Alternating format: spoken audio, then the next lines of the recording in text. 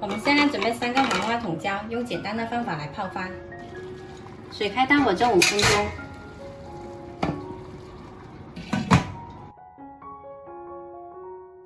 好了，直接倒。准备大一点的碗，蒸好的花椒放进来，加入几片姜去腥，放到冰箱冷藏泡发1个晚上。30克红豆也跟花椒一起浸泡1个晚上。我们的花椒已经泡发了，原来小小一个，你看泡出来这么大。平时我们可以一次多泡发一些，放到冰箱冷冻起来，水用水拿。浸泡了1夜洗干净的红豆，把它放到炖盅里。花椒洗干净剪成段。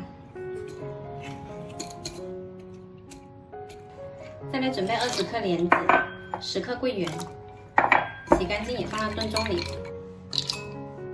还有5克剥去核的红枣，再加入适量清水。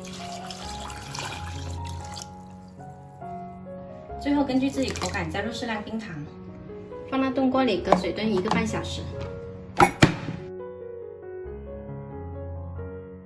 好了，我们的花椒红豆莲子甜汤就炖好了。